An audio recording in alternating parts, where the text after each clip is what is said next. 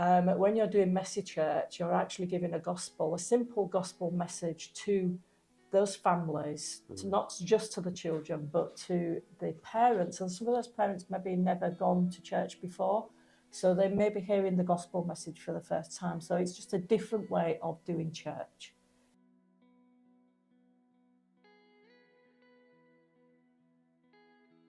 Hello and welcome to Faith in God's Alone Ministries. I'm Samson. And I'm Ellie. I've got Ellie with me today because Ellie has been involved in Mercy Church for quite a long time. And we're hoping that you're going to share some of your experiences to help those who want to explore this powerful tool. So, Ellie, what is Mercy Church? Tell us about this. Okay, messy church for me personally, because other people will look at it differently because it's creative. So, people come up with really great creative ideas. For me personally, it is messy church is for messy people. And we're all messy, one way or another. As human beings, we are all messy. So it's a place where people of all ages, as you just said, and all backgrounds actually can come and hear a very simple gospel message and be creative with crafts and storytelling, singing, and be messy, literally, as messy church is literally messy as well. And I think quite often it does attract families, but it is for all ages. So that's kind of a very simple overview of what I think messy church is. Okay, let's be a bit more practical. If a group of people in the church want to have a go at it, where to start from? Well, there's plenty of resources. So Lucy Moore, who is the founder of Messy Church, she's written plenty of books and plenty of activity books of how to run a messy church. But also she does a good one about discipleship in Messy Church. That's a good one. So there's all that. There's also a website for Messy Church. So I would just say Google Messy Church, it will come up. And I think when you do that, when you Google Messy Church, you will get other people's, what they do as well in different churches. So lots and lots of ideas out there for Messy Church, if that answers your question. Yeah, that's fine. So we're still going to get practical. Yep. Tell us, how do you run it?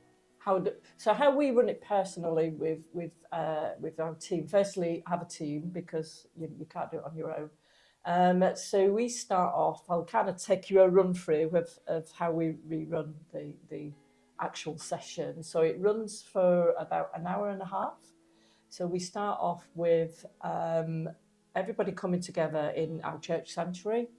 And we start with an introduction, a prayer, what we're going to do for the theme for the day. And the children usually like to enjoy a song, an action song or something like that.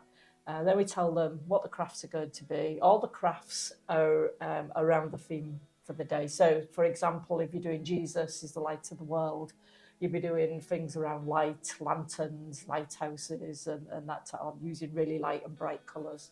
If you're doing paintings and things. So then we go off and do the crafts for probably about 40 minutes. And so that's with the parents or carers and the children in our case. And that gives you a chance to have some really good conversations as well with those that come along and bring the children, with the adults and the children themselves. And they love it. They just get on and get involved with the crafts. We also so after about 40 minutes, we also then encourage them to bring their crafts back into the church because they do fit in with the theme of whatever our talk is going to be. So when we come back into the sanctuary in the church, we do maybe about a 10-15 minute service, very simple. So we maybe start off with the song again, the same song that we did earlier on. So we normally just have one song, and then we will maybe do a story, or sometimes watch a video or act out a story. They're all always interactive. So interactive with the crafts that they've done, interactive with the children particularly, and also with the parents. and then we'll finish with a prayer and a blessing, and off they go. Quite often we will give out a little booklet that has a Bible story in, or a pencil, or a pen, or some sweets. They normally go away additionally with something, but that's how we run it personally. But depends on the context that people are in of how they would run it. If you are joining in, you are watching Faith in God's Alone Ministries, a show where we talk about matters of faith. Today, I've got Ellie with me, and we're going to we are talking about Mercy Church. Now, Ellie, I come back to you now. Do you think that Mercy Church could be like a lifeline for churches who want to reach out to the community? I would say yes. I think particularly if a church is in a community where there's a lot of families, because as I said earlier, it is all age, but you do attract families, and particularly if you're wanting to attract families in your church, it's a good way to do it. So it's almost like a bridge into the church. I'll talk about that in a minute. But it's something that you could do very simply. You don't need a huge team. I would say if you're doing some planning for this for the first time, keep it simple. Evaluate what you do every time you do it, because it will evolve. Let it evolve itself as well, and let it develop itself. God is in it, so God will, evolve it, and it will develop itself. So I would say don't beat yourself up either over it, and don't make it a particularly hard job. So kind of just coming back to The bridge? in that bridge and inviting families into the church. There's kind of two things here, I think. Is one is we've run messy churches in the past, and sometimes you hardly. I don't think we've ever had one where we don't get anybody. The lowest number we've had a mum and a daughter for weeks and weeks and weeks. We did it. We just had this mum and daughter, but we kept doing it, and the whole team came on board with that.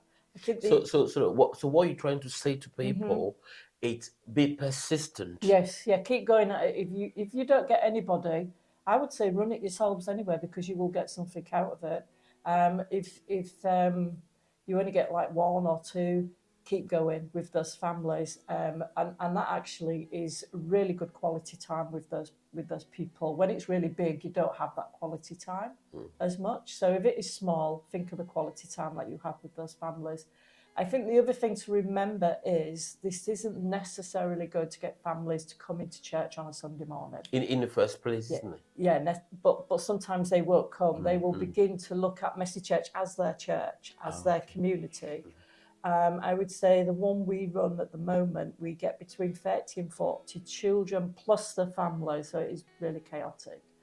And 95% of those families don't go to church, and they may never step into church on a Sunday morning. But I would say when you're doing messy church, you're actually giving a simple gospel message to those families, not just to the children, but to the parents. And some of those parents maybe never gone to church before, so they may be hearing the gospel message for the first time. So it's just a different way of doing church in that sense. So thinking a bit broader than, our Sunday morning services, which are great, by the way, great for Christians to gather together, but a little bit broader, looking at being church in our communities.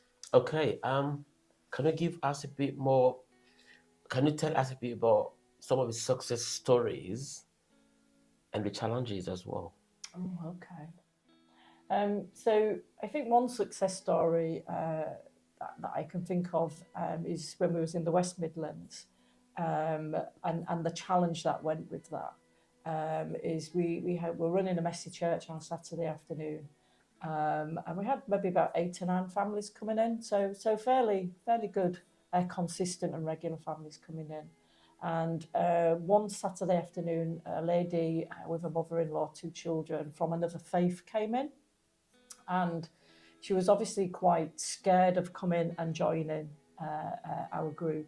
So she kind of sat at the back of the church away from everybody, and so when we'd done our introduction, as I said, that we did the same sort of format, I went up to her, welcomed them, and explained what we did, took her through to the other part of the hall at the back where we were doing the crafts and things, and just really made them welcome. And I think sometimes the challenge is how do we welcome that they might be from another faith, there might be people that you wouldn't kind of normally get in church, there might be challenging people. So it's like the challenge is how do we welcome them? And I think we go with a non-judgmental mindset. We don't judge them. We just say, because that's what Jesus would want us to do. We welcome them, love your neighbour as yourself. We welcome them in. And the success story of that is that lady continued to come and she continued to bring other families from her faith. And they did actually then join in with everybody else. And I think that is really important. It's like there's no segregation there. Everybody's welcome. Everybody comes in.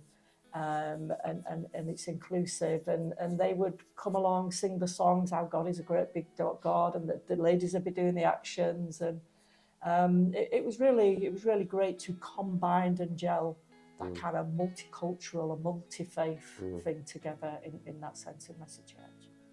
We're going to finish now. What words of encouragement do you have for those who are still hesitating to do Message Church? I would say just have a go. As I said earlier, keep it simple, and just open your doors, and be welcoming, and let God do His thing. I think that is the most important thing with Message Church or any form of doing ministry, is let God do His thing. That takes a lot of pressure off you, and let it evolve. Start simply, let it evolve. Faith in God's Alone Ministries. I'm Samson, and today my guest is Ellie. And thank you for joining us for this inspiring conversation about Message Church, a true lifeline for the church in today's world. If this message encouraged you or challenged you, don't forget to like, share, and subscribe for more faith-building content. And by the way, if you want to comment, put a comment there. Feel free to do so down there. Together, let us continue to grow, reach, and shine for God. Until next time, stay connected in your faith and rising in His love. Take care. Bye. Bye.